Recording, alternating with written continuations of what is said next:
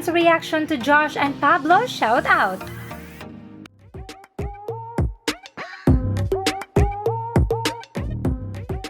Nakakatuwa at nakakatawa din ang naging reaction ni Ken nang i-shoutout ito ni Josh at sinakyan pa ni Pablo.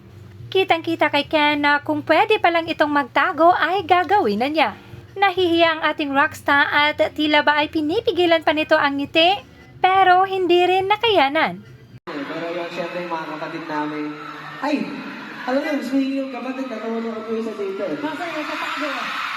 Alam mo si Felix Ganso sa hindi na ba?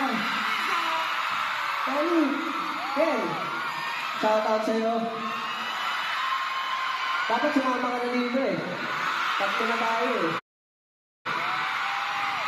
Stage time! Stage time!